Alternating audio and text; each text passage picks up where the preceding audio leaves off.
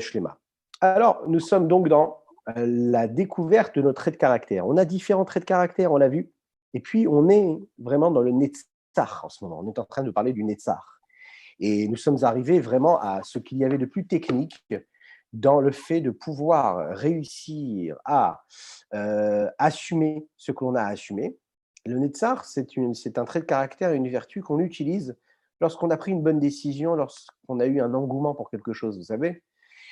C'était sympathique, le moment était bien, était bon, les personnes qui étaient présentes, elles étaient aussi sympathiques. On était dans un état d'esprit qui nous a permis d'avoir un engouement, un emballement. On a pris une bonne décision, on a décidé d'agir, on a décidé de faire et pourtant, on n'a pas eu la détermination de continuer.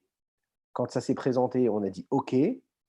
Quand on nous l'a proposé, on a dit: «OK». Et puis tous les jours, de tenir tous les jours, ce qu'on a décidé de faire, ça nécessite énormément, énormément d'efforts. Beaucoup de travail personnel, beaucoup de travail, en profondeur. Ça nécessite de travailler, ses traits de caractère et de travailler surtout et de faire appel à une mida, à un trait de caractère qui est ce qu'on appelle un netzar. Netzar, c'est la persévérance, c'est la capacité que l'on a de dire: «Je vais garder ce que j'ai décidé, je vais le garder en moi, j'ai décidé et j'ai pris une décision de faire telle ou telle chose, eh bien, je ne vais jamais aller contre cette discipline-là que je me suis placée. J'ai une discipline, j'ai pris sur moi quelque chose, le joug de la royauté céleste, il est présent en moi, j'ai décidé de le suivre, eh bien, je vais le suivre, peu importe ce qui m'arrive. Waouh, vaste programme. C'est des jolis mots. Est-ce qu'on va y arriver? Est-ce qu'on va réussir cela? Bonne question. Comment réussir? Alors, la chassidoute nous donne des clés. Elle nous donne des clés parce qu'elle essaye de nous faire comprendre comment tous ces traits de caractère-là, c'est des traits qui agissent et qui régissent toute notre vie. C'est ce que l'on a toute notre vie. On est confronté à cela et on peut s'en servir tous les jours de notre vie. On peut vivre avec. Il suffit juste de quoi? De décider, heu, d'être à l'écoute de ce qui se passe à l'intérieur de nous-mêmes. D'être à l'écoute, c'est-à-dire de prendre conscience et de l'acceptation même que l'homme doit avoir lorsqu'il lui arrive quelque chose. Qu'est-ce qu'il va utiliser? Comment est-ce qu'il va aller chercher? Quelles ressources il va aller chercher en lui pour garder cette persévérance, pour faire en sorte que l'engouement ne soit pas juste un engouement passager, un emballement passager, mais de traduire ça, de transformer ça comme quelque chose qui est concret, qui reste en moi. Avoir de la discipline, garder sur soi ce joug-là qui me dit et qui dicte ce que je dois faire ou pas, ça nécessite énormément de travail, ça nécessite vraiment beaucoup, beaucoup, beaucoup, beaucoup de courage, de force et de vitalité et de constance. La constance, la persévérance tous les jours, c'est ça le Netzach. On a développé comment dans le Netzach, il y avait différentes facettes et vous allez voir que ça va être très, très, très, très, très, très, très, très, très important et très intelligent et très profond. Et au fil des cours, on va voir que le Netzach, cette persévérance-là, par définition, puisque c'est de la persévérance, a différentes facettes et il faut développer tout cela. Pour comprendre ce que veut dire le Netzach, c'est-à-dire d'un côté le fait d'être tenace et d'être déterminé, et de l'autre côté, pardon, c'est quoi? C'est ce qu'on appelle le côté éternel qu'il y a quand on dit Netzach. Netzach, c'est le fait que quelque chose puisse exister à jamais, être toujours présent. Donc la constance, mais en même temps la détermination. Qu'est-ce qui fait que les deux sont ensemble? C'est ce que l'on va voir tout de suite ensemble. Le désir, la passion qui peut faire que je peux faire quelque chose de grand et de fort dans ma vie, qui me permet de me dépasser complètement, d'aller au-delà de tous mes pouvoirs et de mes capacités, cette persévérance-là est nécessaire pour traduire et pour accomplir et pour me permettre de matérialiser réellement ça. Parce que parfois, il faut voir que quand on a pris une bonne décision, eh bien, on a du mal. On a du mal à s'y maintenir, on a du mal à continuer dans tout ce que l'on avait pris comme bonne décision. Oui, vous savez, par exemple, quand on décide d'étudier tous les jours, à telle ou telle heure, ah ben, il faut tenir. Et tenir, c'est ce qui est le plus compliqué. Lorsqu'il y a un conflit en nous et qui dit, voilà, oui, tu étais emballé, oui, mais maintenant, tu n'as plus les raisons et les excuses qui t'expliquent et qui font que tu peux garder cet emballement et ce courage qui va faire que tu vas continuer à faire ce que tu as à faire, ça, c'est justement ce combat qui est à l'intérieur de nous-mêmes et ce conflit-là, qui est présent. Et ça, c'est quelque chose qui peut nous arriver tous les jours. Ouais. Parce qu'au moment, par exemple, imaginez, on a tous été dans une situation ou un moment de vie face à ce qui nous est arrivé dans la famille, dans notre vie de couple, dans notre vie familiale, notre vie sociale, au travail. on s'est dit, voilà, à partir de ce moment-là, il m'est arrivé ou un miracle ou quelque chose de positif dans ma vie, je vais prendre une bonne décision. Je vais agir de cette façon-là. Et pourtant, on va voir que je n'ai pas la possibilité de transformer ça, de me laisser transcender par cette décision et d'agir en conséquence. Qu'est-ce qui va faire que je vais retrouver cette force-là pour toujours retrouver cette persévérance? Alors, pour comprendre ça, il suffit de voir la deuxième sens qu'il y a dans le mot Netzar. Netzar, c'est de gagner. Qu'est-ce que ça veut dire de gagner? C'est-à-dire que lorsqu'il y a un combat entre deux personnes, que ce soit un combat physique, que ce soit de la lutte, ou même que ce soit un combat verbal, imaginez une dispute entre deux personnes. Alors, la meilleure façon de gagner, et quand on veut gagner de manière noble, hein, une discussion et d'être celui qui a le dernier mot, c'est surtout, surtout, surtout de décider donner, faire court et de mettre un fin à cette dispute-là ou à cette discussion, vous savez, et de tout de suite avoir le dernier mot. De ne pas attendre, de laisser l'autre parler et de donner soit son avis et de combattre et de se battre pour donner son avis en dernier et de dire, voilà, c'est moi qui ai le dernier mot. Mais la meilleure façon d'avoir le dernier mot, la Chassidoute nous dit, c'est juste de te taire. C'est-à-dire juste d'arrêter de parler et tu as le dernier mot. Pourquoi? Parce que celui qui se tait, c'est celui qui comprend que dans une dispute ou dans une discussion entre deux personnes, souvent, 99% des fois, c'est une discussion où il y a en réalité deux égos qui se parlent l'un avec l'autre et qu'à aucun moment on s'écoute, à aucun moment il y a un dialogue, il y a juste deux monologues qui sont l'un face à l'autre. Et puis plus ça avance dans la discussion, ce qu'on appelle une discussion qui est censée être un dialogue, et plus ces deux monologues qui s'installent. On l'a vu hier, à travers le Netzach, à travers le Tiferet, à travers le Chesed et le Gvura, toutes cette vertu-là qui sont également dans chaque vertu, dans le Netzach, ainsi que dans le Hod, etc., il y a cette capacité-là qui peut être assimilée à de l'ego, à du narcissisme, c'est-à-dire comme je suis et comme je veux et comme je suis et j'ai cet avis-là, alors je vais tout faire pour que cet avis-là soit celui qu'on va respecter, parce que c'est moi. Et le vrai Netzar qu'il y a dans la Gdusha, c'est la capacité de dire non, je me mets en retrait. Et puisque je suis capable de me mettre en retrait, c'est la raison pour laquelle j'ai la capacité justement de faire quoi? Eh ben, de gagner. Pourquoi est-ce que je gagne? Parce que je me suis mis en retrait, parce que je me suis effacé. Celui qui gagne, ce n'est pas celui qui a le dernier mot, c'est celui qui justement met un terme à la discussion, à la dispute, peu importe, à ce qui se passe entre les deux. Pourquoi? Parce que justement, on l'a expliqué hier, quand je me mets en retrait, je laisse l'autre exister. Alors quand il s'agit d'un autre, que ce soit dans le couple, que ce soit dans la vie active, la vie sociale, ou ce que l'on veut, ou même, encore mieux que cela, dans la vie, dans le rapport qu'on a avec Dieu, eh bien, lorsque je me mets en retrait, j'utilise juste la ténacité et la vigueur qui est en moi et la rigueur qui est en moi, positivement et dans la sainteté, ben, qu'est-ce qui va se passer? C'est simple, hein. Je vais accomplir ce qui a marqué dans le Shulchan Aruch, Valivosh mitne amalegim. Ne jamais avoir honte de ceux qui se moquent, de ceux qui sont là et qui, par leur façon de voir et leur regard, nous donnent l'impression que ce que l'on fait, c'est quelque chose de marginal, quelque chose qui n'est pas normal, quelque chose qui a des excuses et des raisons. Non, on fait les choix que l'on fait, on les fait parce qu'ils sont nobles, parce qu'ils sont saints, qu'ils sont purs et qu'on veut aller dans le Derech HaTorah et dans le chemin de la Torah. Ah, maintenant, le monde qui nous entoure, proche ou éloigné, ne va pas dans ce sens-là. La ténacité et cette persévérance-là, elle fera qu'on va pouvoir gagner. Toujours parce qu'on sait que les vraies forces sont là où elles se trouvent, à savoir dans la Torah. Et ça, il faut absolument le garder toujours, toujours, toujours en soi et en soi. Garder cela, c'est l'utiliser dans tout ce qu'il y a dans la Gdusha. Pardon.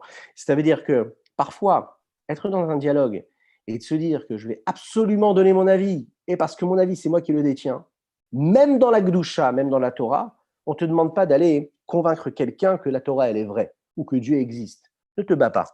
Juste agis en conséquence, sois quelqu'un qui véhicule ce message-là. Et lorsque tu véhiculeras ce message-là à 100%, la personne qui est en face ne cherchera même pas à se disputer avec toi parce qu'elle vivra, elle verra que tu vis ce message-là. Le rabbi a toujours eu cette façon de voir, toujours, toujours, constamment, de toujours dire, voilà, il n'y a pas besoin d'aller se disputer et d'aller chercher les complications et les discussions. Une seule chose, juste être un exemple. Si on est un exemple, il n'y a pas de discussion, il n'y a pas de place pour la discussion. Si on fait ce que la Torah nous demande, eh bien automatiquement, le vrai Netzar, c'est ça. C'est ça la ténacité de garder les convictions que l'on a dans toute situation, peu importe ce qui se passe en face de nous. La meilleure façon d'illustrer ce que c'est le Netzar, la persévérance et cette ténacité dont il est question, c'est l'histoire du professeur Velvel Green. On en a parlé il n'y a pas longtemps, pour une petite anecdote qu'il avait avec l'Arabie, parce que c'est un très très grand professeur, un grand scientifique qui faisait partie de l'agence nationale, la NASA, l'agence nationale, comment est-ce qu'on appelle ça déjà? Je sais plus le mot. La NASA, vous imaginez un petit peu un grand scientifique, un docteur, un professeur reconnu aux États-Unis. Lui n'est pas du tout religieux. Il habite dans le Minnesota. Et puis il se rapproche de la Yahdout, du judaïsme, parce qu'un jour, il y a un chaliar qui vient dans cette ville, il s'installe. Alors, le jour où il s'installe dans cette ville, au bout de quelques semaines, quelques mois, il demande à être reçu par ce professeur-là, qui est reconnu dans toute la communauté, mais qui n'est pas du tout proche de la religion. Il décide de prendre rendez-vous avec lui, il téléphone à son secrétariat, et la secrétaire fait comme elle fait souvent avec les rabbins, entre guillemets, qu'il appelle. Elle lui dit, il n'y a pas de problème, il y a une petite enveloppe qui vous attend, donnez-moi votre adresse, on vous enverra un don. Et là, le chaliar qui répond, il dit, non, non, non, pas du tout, je ne cherche pas du tout à recevoir un don de 18 dollars ou de 180 dollars. La seule chose qui m'intéresse, c'est justement de rencontrer le professeur, puisque je m'installe dans cette ville-là. J'aimerais faire connaissance avec les grandes figures de la communauté et tout simplement aller voir, discuter un petit peu avec lui. Le professeur accepte, le rendez-vous est pris, et puis l'entrevue a lieu. Et voilà que ce chaliar-là, ce rave-là, il se présente devant lui, le jour J, il s'installe, il commence à discuter de choses et d'autres. Il ne cherche pas à le convaincre qu'il doit se rapprocher particulièrement de la religion. Il discute de choses et d'autres. Et puis, à un moment de cette entrevue-là, le chaliar regarde sa montre, il regarde vers la fenêtre, et il voit que le soleil arrive, est en train de se coucher presque. Il se rend compte qu'en fait, le moment de mincha, l'heure de mincha, va être dépassée. Alors, il s'inquiète. Et là, dans sa tête et dans son cerveau, et je pense qu'on a tous eu déjà, on a tous vécu cette situation-là.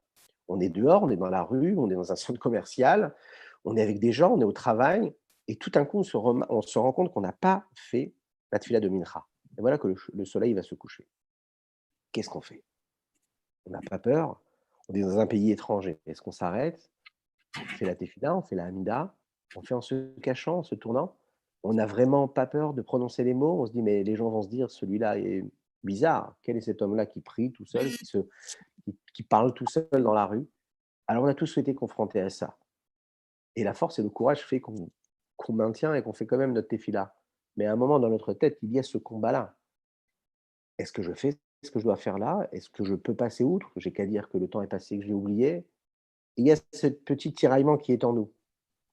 Cette situation-là qu'il y a avec la prière, c'est quelque chose qui peut nous arriver dans tout ce qu'on fait, dans tous les choix de vie que l'on a, qui nécessite un petit effort, une marginalité par rapport à notre entourage. Et puis, on va réussir à passer outre nos questionnements et on va choisir la bonne route. En tout cas, on essaye toujours. Et donc là, ce chaliard se pose la question, mais qu'est-ce que je fais? Imaginez un des plus grands professeurs de la NASA qui est présent, qui a accepté de me rencontrer pour une entrevue. Je suis tout nouveau dans cette ville-là. Et la première chose que je fais, c'est de lui demander de m'arrêter dans notre entrevue et lui expliquer que j'ai envie de prier, de m'isoler dans son bureau pour faire la tefila de Mincha. Et là, il se dit, ben, ouais, je suis très gêné, il y a un tiraillement, il y a un combat interne. Et pourtant, et pourtant, il va tout de suite se lever et lui dire, excusez-moi, cher professeur, le temps de Mincha est arrivé.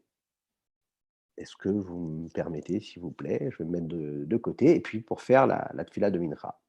Bien sûr, le professeur va accepter, mais pendant ce temps-là, il rumine.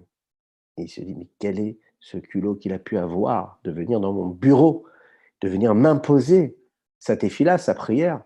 Et moi, je ne respecte pas ça du tout. Et puis, il termine sa prière, il termine sa tefila, et il demande de se rasseoir. Le professeur le reçoit avec une façade, on va dire une face un petit peu crispée, voilà. Et puis, une figure crispée, et puis il le regarde et lui dit, je vais vous dire clairement les choses, hein. Je suis très déçu de votre comportement. Vous venez me voir, personne ne m'a jamais fait ça. Les gens se battent pour être à mon bureau, pour parler avec moi. Et puis vous, là, pendant cette entrevue-là, vous arrêtez pour faire votre prière, auquel je ne crois pas du tout. Et donc, le chaliard s'excuse en expliquant, ben oui, je vous respecte énormément, mais il y a le Dieu, et le Dieu, c'est quoi? C'est qui? C'est le roi des rois, et puis il est encore plus important que tous, je suis désolé, il se confond en excuses, et puis, de fil en aiguille, il continue à discuter. Et petit à petit, le professeur va rendre un petit peu les armes. Il va se laisser amadouer, gentiment et sûrement, parce que le message de ce chaliard, eh bien, il est Il est vrai, il est réel, il est profond, il est sincère. Il n'est pas venu pour chercher un don, il est juste venu pour partager et créer un lien avec cet homme-là. Et bien, la suite de l'histoire, vous la connaissez, peut-être ou pas. Il va faire teshuva, ce professeur. Il va se rapprocher de la religion. Pourquoi? Parce qu'il va avoir justement cette ténacité chez ce chaliard. Il va avoir quelqu'un, il se dit, voilà quelqu'un qui est devant un professeur qui est au-dessus de tout. Et il n'a pas peur d'arrêter tout pour respecter ce que son Dieu lui demande. Il cherche à comprendre. Il va rechercher, chercher, chercher. Et il arrive à la conclusion que c'est la vérité. Il demande à se rapprocher de la religion. Il va créer un rapport et un lien avec le rabbi de Lubavitch. Un jour, il prend sa feuille et son crayon. Il décide d'écrire au rabbi. Il écrit une lettre, ce professeur, pour lui annoncer qu'il a décidé de mettre ses enfants dans une école juive. Et il lui parle un petit peu plus de sa vie. Et il lui pose aussi des questions qui concernent les rapports qu'il y a entre la science et la Torah. Des questions très, très profondes, pointues, de sujets divers et variés. Et il envoie ce courrier-là. Le rabbi va lui répondre. Il va lui répondre en lui donnant des bénédictions pour lui, ses proches, sa famille. Mais à aucun moment ne va lui répondre à ces questions qui parlaient de tout ce qui était les questions scientifiques. Il va laisser passer des mois. Et ce professeur-là, Velvergrid, va décider de lui envoyer un deuxième courrier. Et il fait cas de cet étonnement et il dit au rabbi, je ne comprends pas, je n'ai pas reçu de réponse par rapport à ce que vous m'avez, par rapport aux questions que je vous ai demandées, en rapport avec le rapport qui est entre la Torah et la science, etc. Et le rabbi de lui répondre encore une fois, toutes sortes de bénédictions. Et en nota bene, il lui répond, il lui dit, voilà, je ne vous ai pas répondu parce que je n'ai pas l'habitude de répondre, mais je vais vous répondre à tout ce que vous me posez comme question. Mais sachez qu'en général, je ne réponds pas à ces questions, tout simplement pour une simple et bonne raison, c'est que quand les gens me posent ces questions-là, je vais obligatoirement chercher à donner des bonnes raisons et à trouver des réponses à leurs questions. Et par conclusion, ce qui va se passer, c'est que la personne qui est en face, elle va s'imaginer que j'ai voulu être tenace, et j'ai voulu prouver que c'est moi qui avais raison. Donc, je vais user de tous les stratagèmes qui sont à ma disposition. Et bien sûr, on imagine bien que le rabbi, qui était un génie, avait les réponses à toutes ces questions-là. Et il dit, voilà, le but, ce n'est pas de montrer que je suis capable d'avoir des bonnes excuses et des bonnes réponses. Moi, mon but à moi, dans tout ce que je fais, c'est de faire en sorte que celui qui est en face de moi va aimer la Torah. Voilà donc l'exemple du Netzach, de la Kedusha. La ténacité, la persévérance, ça n'est pas de se dire « je suis le représentant du judaïsme dans le monde, je suis le saint rabbi que tout le monde respecte, et je vais répondre à un étudiant ou un grand professeur de la NASA qui me pose des questions, et je détiens, je vais lui montrer que dans la Torah, tout est écrit, et que la Torah a raison, et que les autres se trompent. » Eh ben non. Le rabbi dit non, moi, mon but à moi, c'est pas de montrer que la Torah elle a raison. Ça, c'est même pas une question. Mon but à moi, c'est de créer un rapport de confiance et de montrer à ce frère juif que j'ai en face de moi que je ne cherche pas à le convaincre de la vérité de la Torah ou pas. La seule chose que je veux, c'est lui montrer Vous pouvez couper la votre micro, sincérité s'il vous plaît. dans mon rapport avec Dieu. Et je veux le rapprocher d'Hachem. Moi, ce qui m'intéresse, c'est le rapprocher de son Père, le rapprocher de Dieu.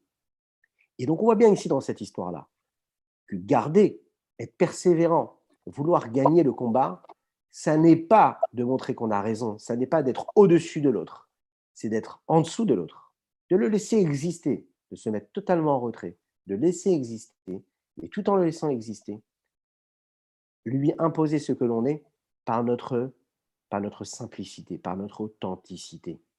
Et là, la personne qui est en face, elle se dit, voilà quelqu'un qui n'a pas cherché spécialement à me convaincre, elle a juste été naturellement ce qu'elle était elle. Et puis, l'introspection se fait chez la personne sans qu'on ait eu besoin de la convaincre. Voilà la grandeur du rabbi, mais voilà surtout ce que l'on peut apprendre de cela. La suite de l'histoire, c'est que juste après, ce professeur-là, petit à petit, va se rapprocher encore et encore, encore et encore, et il va justement évoluer énormément dans la Torah. Alors que ce cours soit aussi également pour la Refoua Shelema de Fortama Bat d'Ezria. Voilà. Fortuné, j'ai du mal à lire. Fortuné Bat d'Ezria. Et pour Rav Dov Kouka Cohen Ben Shelomo. Alors, Bezrat Hashem, une refoua shlema avec Oromash, ainsi que toutes les personnes qui ont besoin d'une refoua shlema. Qu'Akadosh Baruch Hu nous envoie le Mashiach et qu'on n'ait plus besoin d'aucune guérison, puisqu'Akadosh Baruch Hu guérira tout le monde. Alors, Après, ces beaux mots d'introduction. Ah oui, est-ce que c'est une introduction? Parce que le sujet est profond, vous savez, hein. Alors, on va essayer de voltiger un petit peu avec toutes ces notions de Chassidut et de Kabbalah. Technique, mais c'est pas très méchant. Ça va aller. Essayez de comprendre la différence qu'il y a entre la discipline et le fait de prendre sur soi le joug de la royauté céleste.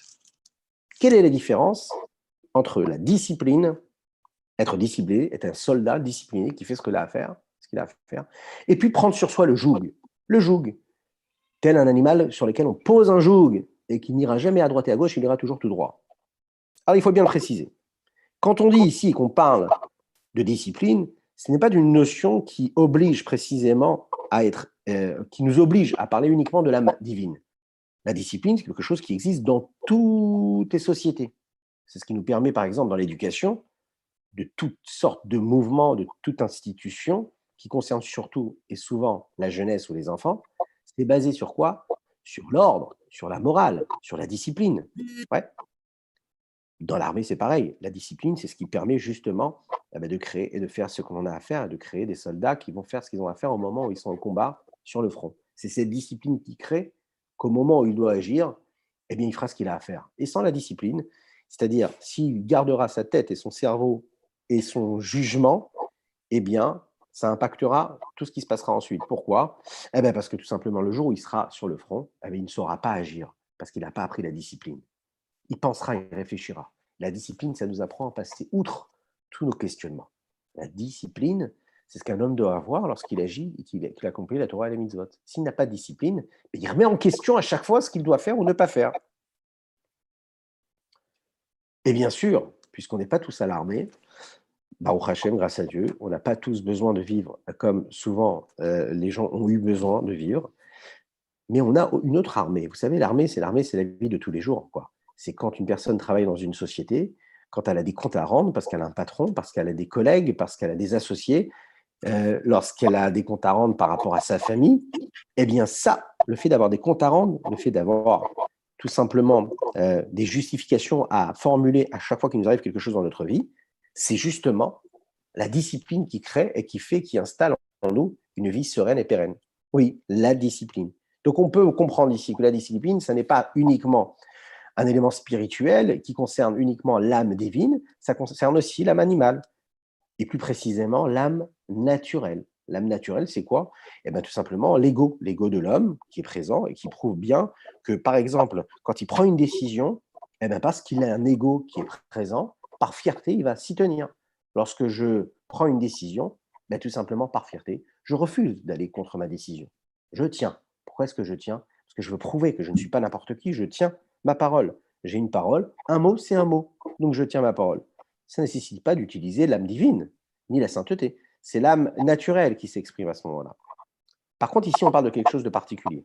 On parle d'une décision qui a été prise et d'un accord, si on veut, qui a été pris dans le travail et dans le service de Dieu, de l'âme divine. Vous voyez ce que je veux dire? C'est-à-dire que le Hayom Yom nous explique, le rabbi de Lubavitch nous explique ici, que qu'est-ce que c'est la définition d'un chassid? Et on est tous des chassidim, tous on cherche à l'être, c'est de chercher de la discipline et de multiplier la discipline dans ce qui l'amène au Kabbalatol. Il utilise la discipline pour arriver à la soumission à Hachem, à Dieu.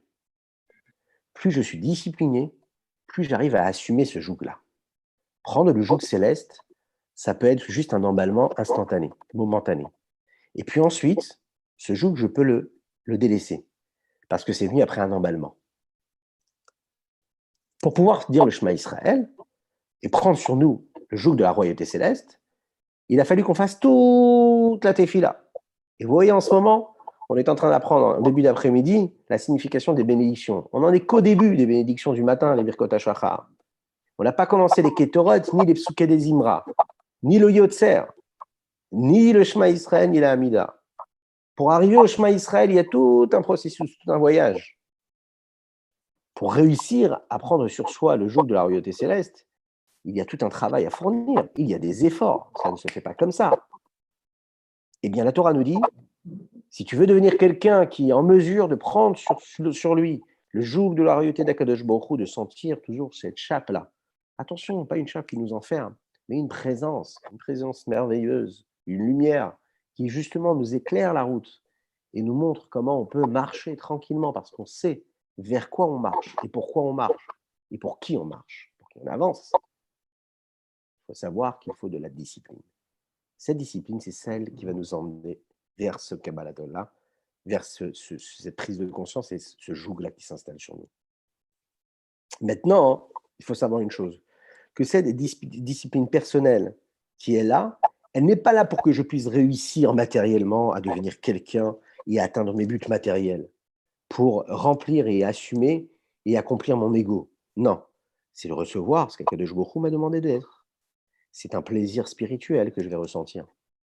Oui, bien que cette décision, elle apparaît comme une décision technique extérieure, inférieure et superficielle, et qu'a priori, il n'y a pas eu de réflexion particulière, ou bien de vitalité, qu'il y avait par exemple, comme on a vu, vous savez, on a parlé du Ratson, le fait de vouloir, le Ratson qui est au-dessus de toute contingence, de toute altérité émotionnelle, la volonté qui est au-dessus de tout. Mais dans la volonté, il y a une certaine vitalité. Pourtant ici, dans cet élément-là dont on parle, qui est un dérivé du Netzar, qui fait partie de cette Midala du Netzar, il y a juste une discipline. La discipline, c'est sec. Ce n'est pas une vitalité, la discipline. C'est juste une structure, une forme de canalisation, d'outils qui nous permet de délimiter, qui nous permet de nous dire, voilà, c'est comme ça et que ce n'est pas autrement. Je m'y tiens.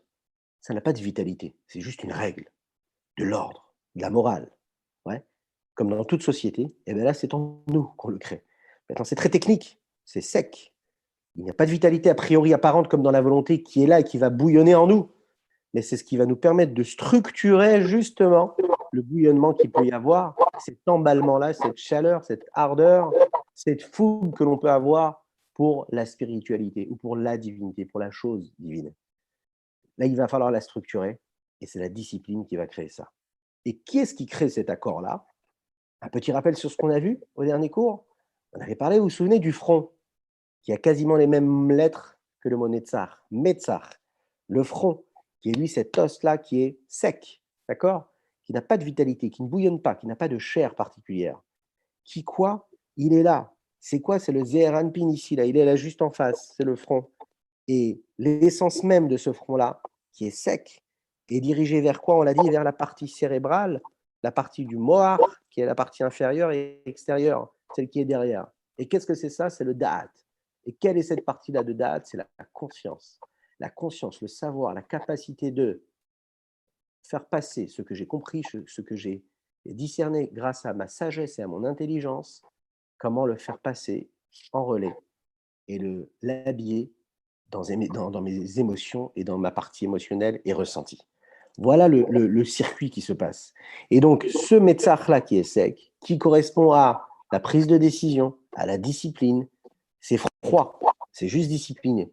Mais c'est en connexion et c'est ce qui va créer le lien avec l'émotionnel. Ça n'est pas détaché. Il y a un réel rapport et un réel lien entre les deux. Et c'est justement là où on voit comment la vertu du Netzach, d'accord, de cette persévérance-là que l'on peut avoir, se renforce. Et puis, qu'est-ce que ça veut dire qu'elle se renforce? C'est-à-dire qu'elle dédouble de ce qu'elle est. Elle démultiplie tout son pouvoir et ses capacités pour réussir, justement, à laisser s'exprimer cette persévérance-là, cette ténacité qu'il a en lui. Pourquoi? Parce que parfois, on va voir que la connexion avec le da'at qui est derrière là, qui correspond aux midot, aux émotions, parfois cette connexion, elle s'en va. Et le da'at n'est plus là. C'est-à-dire quoi qu'il n'est plus là? Il est présent, mais les midot ne sont pas en mouvement. Il n'y a pas de chaleur, il n'y a rien. Mais pourquoi? Parce que la connexion, elle n'est pas constante. Les bandes passantes s'en vont, surtout si on a un mauvais opérateur. Et surtout si on est dans un état de confinement et que les opérateurs décident de justement nous baisser encore plus les bandes passantes et qu'on a du mal à se connecter. N'est-ce pas? Eh oui. Eh bien, c'est pareil dans la vie d'un homme. Quand il est dans une situation compliquée, bizarrement, plus c'est compliqué, plus il a du mal. Plus il a du mal à connecter ses décisions et ses prises de décision et sa discipline à son da'at, à sa partie émotionnelle.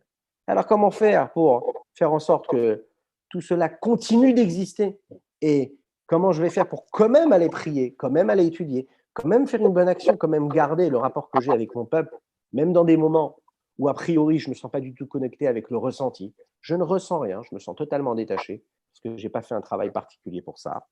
Là intervient la mida de Netzar. La Netzar, c'est discipline, c'est que tu fais même quand tu n'as pas compris pourquoi tu dois faire. Tu fais même quand tu ne ressens pas le besoin de faire. Tu fais parce qu'il faut faire. Et lorsque tu fais parce qu'il faut faire, eh bien à un moment, tu régénères le flux et le contact qu'il y a entre le front et la partie arrière du cerveau et la partie conscience. Cette conscience-là, la pleine conscience qui va créer, qui va générer un ressenti réel, ça, c'est ta discipline, c'est ta ténacité. C'est ça qui va créer cela, qui va renouveler encore une fois ce désir-là et qui va te rattacher à Dieu. Parce que tu l'as décidé. Tu l'as décidé. Tu as décidé de prier, tu as décidé de faire quelque chose de bien envers ton prochain. C'est présent. C'est présent de manière dévoilée. Comment? De manière technique. Oui. Mais c'est présent, c'est là. C'est un réflexe. C'est devenu une deuxième nature. Très important. Toujours là, toujours, toujours, toujours, toujours, toujours. Donc on a vu que l'amida de Netzach est très importante. Et pourquoi est-ce qu'elle est très importante? Elle est très importante parce que c'est celle qui va créer encore beaucoup de choses, de connexion entre les différentes vertus que l'on peut avoir. C'est elle qui va nous permettre de nous renforcer sur ce qui nous empêche de faire ce que l'on a à faire et de dévoiler les trésors cachés que l'on a en nous. Les chaim, les chaim, les chaim.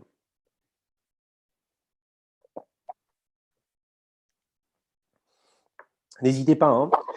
Sur les réseaux sociaux, on me demande de le rappeler. Alors, c'est très important de partager. Parce que quand on partage, un petit clic, un petit partage ou un petit pouce, ça permet peut-être à une personne de tomber sur un mot, et humblement, peut-être que ce mot-là peut changer la vie d'une personne. Alors, n'hésitez pas à partager avec vos amis, dans vos groupes, que Dieu vous bénisse. Cela fera juste apporter un peu plus de simcha, de joie et de présence d'Hachem, présence de Dieu, et de dévoiler la Kadosh Baruch Hu un petit peu plus. Voilà, voilà. Ceci étant dit, continuons sur cette lancée-là. Le Netzach va nous aider parfois,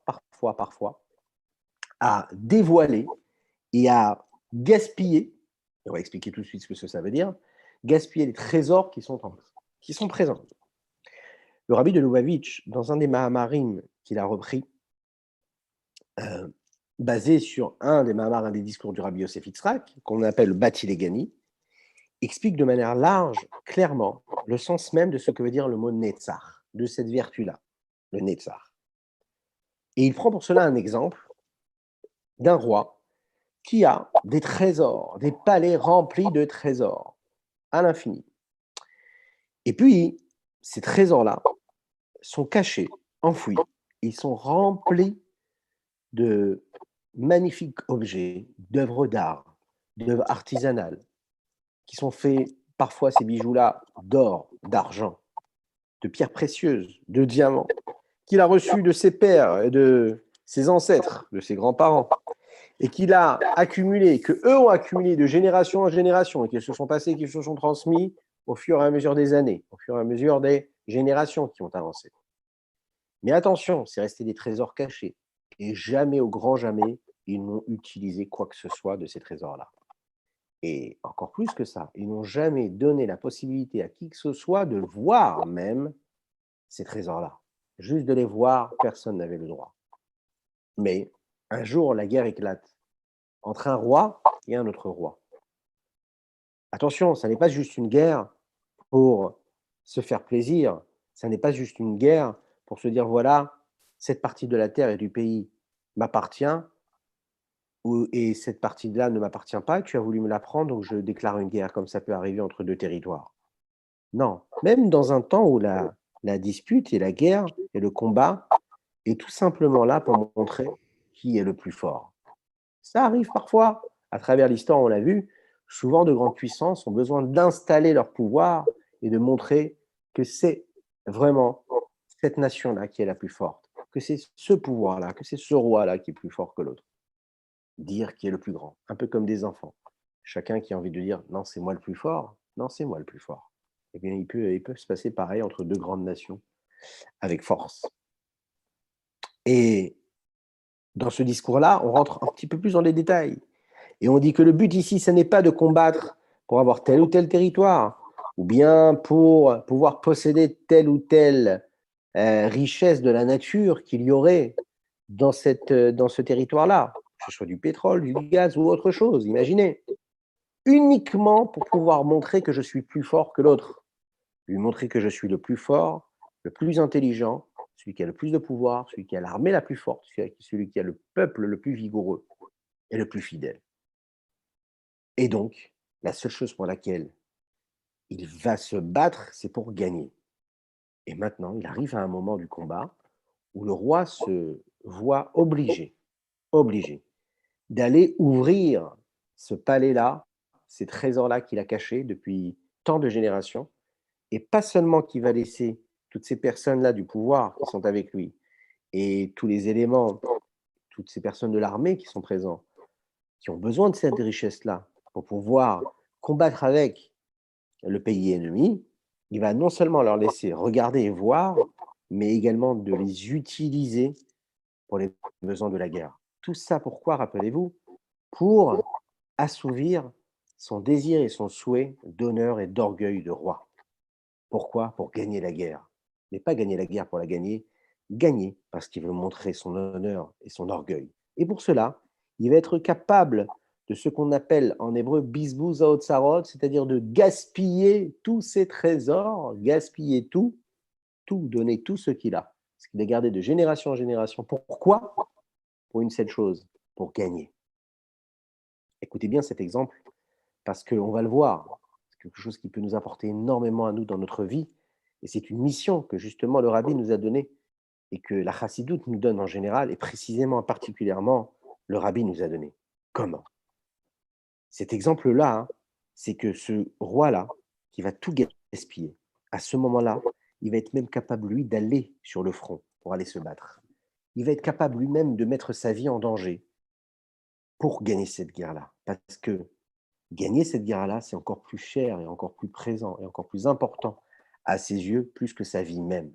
Parce qu'il veut que sur les livres d'histoire soit noté que cet homme-là, que ce roi-là, il s'est battu vaillamment jusqu'au dernier jour de sa vie sur le front. Voilà, l'honneur d'un homme peut le faire perdre complètement toute conscience. L'honneur, la fierté mal placée pour de mauvaises choses. Cet exemple-là qui est donné sur cet homme-là, sur ce roi-là qui est riche et qui a ces trésors-là, c'est quelque chose qu'on peut comprendre et qu'on peut vivre à travers chacun de notre personnalité. Quand parfois, on a en nous, par exemple, des, des combats internes qui se réveillent en nous et qui nous disent, voilà, tu devrais plus aller dans ce sens-là, plus dans ce sens-là. Être meilleur, mais être moins meilleur. Être plus tourné vers les autres. Mais non, il y a l'ego, le narcissisme, il y a ce que je veux moi. Il y a mon égoïsme, j'ai envie de combler et de faire tout ce que j'ai besoin de faire pour me faire plaisir à moi, pour ma vie personnelle. Et tout est là. Et on est prêt à perdre du temps, perdre de l'argent, perdre de l'énergie, perdre tout, perdre ses proches pour garder l'honneur, pour garder la fierté. Et parfois, des gens perdent leur vie à cela, juste pour ne pas faire la démarche de se dire, je vais me rabaisser, je vais prendre le téléphone et je vais appeler moi, même si depuis des mois, c'est la personne qui est en face, mon proche, ma mère, ma soeur, mon frère, mon ami, mon cousin, ma tante, mon grand-père. Ouais, ça nous arrive à tous. Et on attend, et on se dit non, non, je ne baisserai pas à la garde. C'est à lui de venir, c'est à lui de faire le premier pas. Et pourtant, cette vie-là, elle peut continuer, elle peut être gaspillée. Et pourtant, tant de personnes, tant de gens ont perdu leur vie comme ça, à la perdre. Comment? Tout simplement en se disant je vais rester fier. Mais le Netzar, c'est pas cette fierté-là. La ténacité, c'est pas ça la vraie ténacité. La ténacité, c'est la capacité que j'ai de dicter à mes émotions et de dicter à mon mauvais penchant, de lui dire, tu sais, de la discipline. La discipline, c'est que même si tu as toutes les raisons du monde de refuser de te rabaisser et de te dire, je veux rester avec mes convictions, je vais être celui qui a raison, et c'est pas moi qui baisserai et qui courberai les chines, mais c'est la personne qui est en face, eh ben la vie peut passer, les heures passent, et puis la vie trépasse. Eh oui. Donc, il faut toujours se rappeler une chose, que le Netzach, c'est la capacité que j'ai moi, avec moi-même, d'être déterminé avec moi-même pour me dire, allez, sois discipliné. Sois discipliné, c'est-à-dire que tu sais qu'il y a quelque chose au-dessus de ce que tu es en train de ressentir. Et tu peux faire quoi? L'inverse de ce roi-là qui va gaspiller tout son trésor. Toi, tu dois gaspiller tout ce que tu as en toi pour chercher quoi? Ben, pour chercher le bien. Tu dois gaspiller tout ce que tu as de fierté et d'orgueil pour aller te rabaisser et demander la paix, de tendre la main en premier. Et même si quand tu tends la main ou que tu tends le visage, tu vas recevoir une deuxième fois une claque, ben c'est toi qui auras tendu. Et c'est pas grave, parce que tu auras gaspillé quoi? Ton honneur, ta fierté. Mais cette démarche-là, elle engendrera quoi? Elle engendrera plus de paix, plus de sérénité, sérénité et plus de bonheur à la longue. Donc en fait, tu penses que tu n'as pas gagné, mais tu as vraiment gagné. Et le Netzar, c'est gagner contre soi-même. La meilleure façon de gagner un combat, c'est de le gagner contre soi-même. On a demandé un jour à un tennisman, on lui a demandé comment est-ce que tu fais, je crois que c'est Federer, je ne me souviens plus, comment est-ce qu'il fait pour gagner tel et tel sportif qui est contre lui et que souvent il réussit à gagner, qu'est-ce qu'il fait? Et bien, il dit tout simplement, quand je vais au combat, je ne cherche pas à le gagner lui, je cherche à me gagner moi. C'est-à-dire que le combat, il se fait contre moi-même. Si la seule chose qui m'intéresse, c'est de combattre l'autre et de le mettre à terre, eh bien, je réussirai jamais parce que lui aussi, il va vouloir se battre de cette façon-là. Et qu'est-ce qu'on va créer? On va créer le chaos. Alors que si je me bats contre moi-même, je vais sortir et je vais prendre et aller puiser en moi toutes les forces que j'ai en moi. Je vais gaspiller tout ce que j'ai, tous mes trésors pour atteindre mon but. Mais c'est mes trésors que je vais gaspiller parce que je veux réussir positivement tout cela. Pas comme ce roi qui va donner toute sa vie et qui va aller mourir juste par fierté. Là, c'est une autre fierté. C'est par sa fierté, la fierté de l'âme divine qui est présente. Voilà pourquoi il faut toujours gaspiller et ne pas avoir peur de gaspiller les forces qui sont cachées en nous pour pouvoir réussir ça.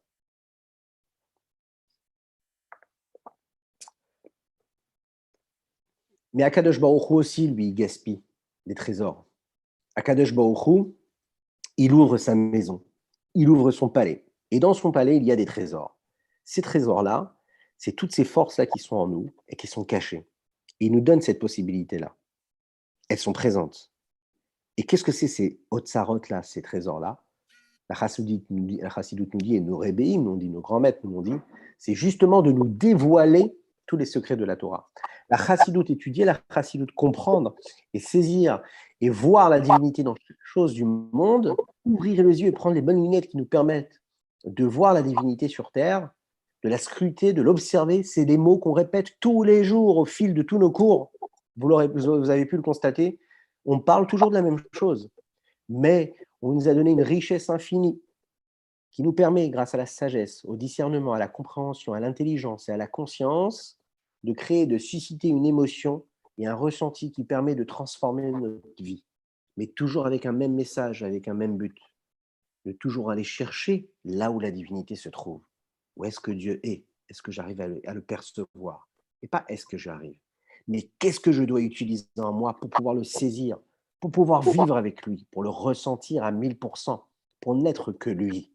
Ça, la Torah Chassidoute, tout ce qui nous a été donné à travers des milliers de pages de Chassidoute, c'est donc là, ça qui va nous permettre d'arriver à ce niveau-là. De ne pas vivre la vie d'un juif et la divinité comme quelque chose de détaché, comme une supposition, comme quelqu'un qui vivrait ça de manière fixe, manuelle, technique, mais quelque chose de ressenti, de transcendantal, quelque chose qui passe outre ce que je suis, qui fait que je m'efface devant cette force-là. Cette évidence-là de la présence divine, cette évidence-là de la Shrina qui vient partout sur Terre. Et lorsque j'étudie tous ces sujets-là, lorsque je me comporte de cette façon-là, lorsque je suis les enseignements chassidiques, par exemple, eh bien, je peux arriver justement à ressentir ce qui se passe. Le rabbi nous le disait, Akadosh Baruch Hu a gaspillé quelque part tous ces trésors. Il les a donnés. Il nous a dévoilé ces sources-là. On les a à travers le dévoilement de la chassidoute. On a tous ces trésors-là qui sont vraiment tout près de nos mains. On a juste à se baisser pour les ramasser. Comme des mitzvot qui se présentent, on a juste à se baisser pour accomplir une mitzvah. Le seul problème, c'est qu'on est dans une autre réalité. On est une réalité de miroir. On se voit exister. On cherche à assouvir ce que l'on veut. Mais on oublie que notre message à nous, c'est de faire exister l'autre, le partage, donner à l'autre, gagner sur soi-même pour laisser l'autre exister. Gagner sur soi-même, c'est laisser gagner l'autre. Mais la meilleure façon de le laisser gagner, c'est de gagner, nous, notre combat interne. Quand l'obscurité de l'exil se fait de plus en plus fort, de plus en plus opaque, eh bien, on nous a dévoilé cette racidoute-là pour pouvoir gagner l'écorce, cette écorce-là du fruit qui est là, qui est présente, et qui ne laisse pas le fruit s'exprimer, qui ne laisse pas profiter de ce fruit-là sucré qui est présent. Cette écorce-là, il faut la retirer. Et qu'est-ce qui nous permet de retirer cette écorce-là? L'écorce du mal, de la négativité, de tout ce qui est impur, de tout ce qui est à l'inverse de la présence divine. C'est justement la capacité de gagner sur soi, de gagner le combat qui est en nous, qui nous permet d'arriver à quoi? À cette kabbalatol, à l'acceptation du joug de la royauté céleste, du Saint béni soit-il, en ayant sur nous ce qu'on appelle la hirat shamaim, la crainte du ciel, qui veut dire la crainte de Dieu. Avoir cette capacité-là de baisser la tête, de courber la tête, de marcher en se disant il y a toujours quelque chose qui est au-dessus de moi. La seule chose que j'ai à faire, c'est juste de le dévoiler. Dévoiler, le voir, le scruter, l'observer, le ressentir. Et puis, quand on vit dans cette façon-là, de cette façon-là, puis on peut arriver à gagner vraiment le vrai combat, celui qui nous amène vers la construction de Yerushalayim, vers le Beth Hamikdash. Et à l'intérieur, qu'est-ce qui se passe? Il y a le Netzar. Et les textes nous disent, qu'est-ce que c'est le Netzar? C'est la construction de Yerushalayim. Et on y est presque. Le dévoilement de Mashiach, la délivrance totale et finie, et totale et véritable, c'est quoi? C'est justement la capacité que l'on a aujourd'hui d'utiliser tous ces outils, ce gaspillage-là de tous ces trésors qui est présent. C'est quoi? Ben, c'est d'utiliser tous les moyens qui sont légaux et qui sont à notre disposition matérielle et physique pour pouvoir transmettre ce message-là et pour pouvoir le vivre, mais à 100%, comme il faut, de manière assumée. Et tout ça dans la joie, parce qu'on assume et on sait que c'est la présence divine qui se révèle, et que plus la présence divine se révélera, et puis notre vie elle sera différente, et puis notre vie elle sera différente, et puis Mashiach il se dévoilera. Parce que, sachez-le bien, avec cette intonation-là qui est présente, mais de manière totalement non voulue, puisque c'est le texte qu'on est en train d'étudier, qui est la suite de celui qu'on a étudié hier, et qui fait référence justement à cette notion-là que le rabbi a beaucoup œuvré dans ce sens-là, toute sa vie, et il continue d'ailleurs à œuvrer de cette façon-là, grâce à tous ses shluchim, et à tout ce qu'il a fait, à toutes ses œuvres, et au fait même qu'on soit là, vous et moi, par lui et grâce à lui, puisque c'est lui qui motive tout cela, on le sait très très bien. Eh bien, quand on réagit et qu'on agit de cette façon-là, eh bien, on arrive à atteindre et à dévoiler, et peut-être qu'on se rapproche un petit peu plus de ce qu'il nous a dit donc ce 28 Nissan, un jour, les dernières années de sa vie matérielle, où il nous a dit « faites ce qui est dans votre pouvoir ». J'ai fait ce que je pouvais. Et il nous demande à nous, il nous passe le relais, il nous dit « voilà, vous avez la possibilité ». Alors vous allez me dire « mais qu'est-ce que c'est ça ?» Parce qu'on m'a envoyé un message, on m'a dit « mais il faut absolument que tu fasses l'Echaïm ». Alors, je n'ai pas pensé à prendre l'Echaïm à côté de moi, j'ai pris un petit verre. Donc, l'Echaïm, si vous avez un l'Echaïm avec vous à la maison, faites l'Echaïm, c'est important. Mais ce qui est sûr, de parler de ce sujet-là, et on va conclure avec ça, de quelle façon on peut réussir à créer justement ça, à faire en sorte que nous, on peut faire partie de ce projet-là. Quand le rabbi nous dit « faites ce que vous pouvez », c'est que quelque part, il a créé en nous, il a suscité la possibilité, la capacité de vivre de cette façon-là. Et comment on peut vivre de cette façon-là? Comment on peut faire ce qui est dans notre pouvoir? Alors, vous savez, c'est facile. D'un geste, d'un mot, d'une pièce, le rabbi, il a changé des vies et des familles entières. Et il a créé des mondes entiers. Des nouveaux mondes, il a créé. Imaginez, des familles à l'infini, des familles qui ont eu des enfants, beaucoup d'enfants. Et puis ces familles ont donné encore vie, encore à des enfants, et encore des enfants. Et puis on a peuplé, repeuplé après la guerre, après la Shoah. On s'est battu pour continuer à diffuser de la lumière. Comme le rabbi l'avait dit, là où d'autres ont voulu anéantir les juifs parce qu'ils étaient juifs, eh bien moi j'ai fait l'inverse. Je suis parti chercher les juifs pour justement révéler ce qu'ils avaient en eux, raviver la flamme qu'ils avaient en eux. Alors nous, là où on est, peu importe les moyens que l'on a, on doit les mettre à contribution et on doit les utiliser pour, peu importe là où on est, à essayer de parler à un frère juif, encore une fois, de la même façon que lui, il agissait, d'un geste, d'un mot, d'une pièce, on peut tout faire, on peut tout transformer, juste par le regard, par le fait de regarder son frère juif au-delà de son corps, au-delà de sa différence, de regarder parce que c'est une parcelle divine et qu'on est tous les enfants d'Akadosh Baruch Hu, qu'on est tous des frères, mais c'est pas juste une formule de le dire, c'est réel. C'est-à-dire qu'on a tous une étincelle divine, et puisqu'on a tous une étincelle, on est tous rattachés au même Père. Et puisqu'on est rattachés tous au même Père, on a tous le même message.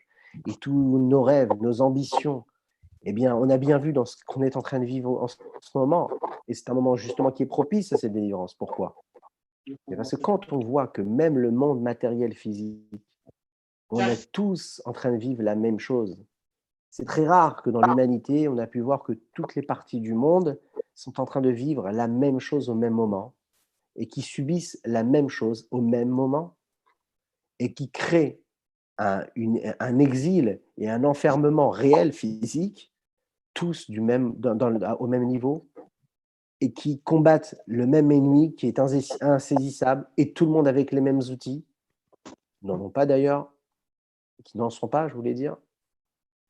C'est très rare dans l'histoire d'avoir vécu une période où on est tous en train de vivre pareil. Toute l'humanité tout entière vit au même rythme, qui n'en est pas un d'ailleurs, c'est-à-dire le calme plat. Plus de vie sociale, plus rien dans les rues, les magasins fermés, juste de quoi se nourrir, et un peu d'Amazon, avec un peu de retard, ou beaucoup. Voilà ce qui nous reste, et on est tous au même niveau. Alors oui, ça va passer. Oui, on va retrouver une vie normale, Bezrat Hachem. Mais ce moment-là précis, il est particulier. C'est un moment où on est en train de nous montrer qu'il y a quelque chose de plus fort que ce brouhaha-là et cette tumulte dans laquelle on vit tous les jours. On est persuadé que c'est la vie normale. Et là, on nous a montré qu'il peut y avoir une force, quelque chose d'extérieur qui peut venir s'immiscer, s'introduire dans nos vies, dans nos sociétés. Et peu importe là où on est, peu importe la frontière dans laquelle nous nous trouvons, oui, qu'est-ce qui se passe? On vit au même rythme. On est tous les mêmes. On n'a plus de questions à se poser. On vit la même chose. Et puis, il n'y a pas plus fort, il n'y a pas de puissance là. On peut être un pays qui est puissant, qui est riche, on n'a pas plus de pouvoir. On subit autant que le pays pauvre. Et parfois même le pays pauvre, il s'en sort un petit peu plus. Il s'en sort encore mieux même que le pays riche. Et on voit et on imagine les dégâts au niveau de tout le milieu financier. On imagine tout cela. Et des gens qui perdent leur travail. Et des gens... On imagine un petit peu tout cet impact-là. Il n'y a rien de beau dans ce que l'on est en train de dire ici. C'est un constat. Ce constat de la réalité fatale, quelque part, qui s'est imposée de manière factuelle à nous, qui est concrète, qui est là, eh bien, nous fait prendre conscience qu'il y a quelque chose qui peut être au-dessus de tout ce qui se passe là, de tous les jours. Ça doit nous réveiller, ça doit réveiller l'humanité tout entière et lui faire prendre conscience un petit peu plus, avec un peu plus de recul, d'autres choses. Vous savez, quand on dit qu'il faut attendre Mashiach, on dit à la fin de la vie de l'homme, après 120 ans, on va lui demander si Pita li Géoula, on va lui poser la question, est-ce que tu as attendu la Géoula? Est-ce que pendant ta vie, tu as vécu ta vie comme elle se présentait, ou est-ce que pendant ta vie, tu as attendu la Géoula? Et quel mot on utilise, Tsipita? Qu'est-ce que ça veut dire, les tsapotes? Sauf c'est comme quand à l'époque, dans les villages ou dans les régions, ou même maintenant d'ailleurs, vous avez un mirador et puis vous avez un soldat qui est tout au-dessus et qui regarde et qui scrute l'horizon et qui regarde que tout se passe comme il faut. Comme un phare dans la nuit, qui est là et qui regarde, qui scrute. Imaginez le mot qu'on emploie, et c'est la question qu'on va poser à l'homme après 120 ans. Mais bon, c'est une question qu'il ne nous posera pas parce que Mashiach va arriver très bientôt.